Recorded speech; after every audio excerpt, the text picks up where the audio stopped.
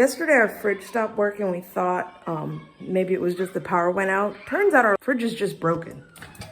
Just dark and sad in there.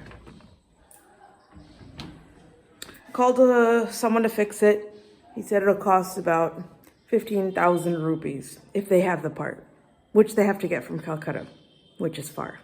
We're stuck without a fridge for a while, and I love cold water. This has been tough. Today I have to finish grading some papers and I need to submit the results for the term 1 final exams. So I'll be working on that right now.